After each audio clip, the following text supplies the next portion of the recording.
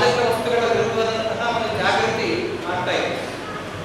ಅದಕ್ಕೆ ಜೂನ್ 26 ಪ್ರತಿ ವರ್ಷ ಮಾದಕ ವಸ್ತುಗಳ ವಿರೋಧಿ ದಿನಾಚರಣೆಯನ್ನಾಗಿ ನಾವು ಆಚರಣೆ ಮಾಡ್ತಾ ಇದ್ದೀವಿ. ವಯಸ್ಸಿಲ್ಲ ಅವ್ರಿಗೆ ಅದರಲ್ಲಿ ಅವ್ರನ್ನ ತೋರಿಸ್ಕೊಂಡು ಅವ್ರನ್ನ ಈ ಒಂದು ಜಗಕ್ಕೆ ತರುವಂತ ಒಂದು ಯೋಚಿತ ಏನಿದೆ ಗುಂಪುಗಳು ಈ ಕೆಲಸಗಳನ್ನ ಮಾಡ್ತಿರ್ತಾರೆ. ಸೊ ಅದನ್ನ ಮನಗಂಡು ನಮ್ಮ ಅಧ್ಯಕ್ಷರು ಈ ಒಂದು ಕಾರ್ಯಕ್ರಮವನ್ನು ಅರ್ಥಪೂರ್ಣವಾಗಿ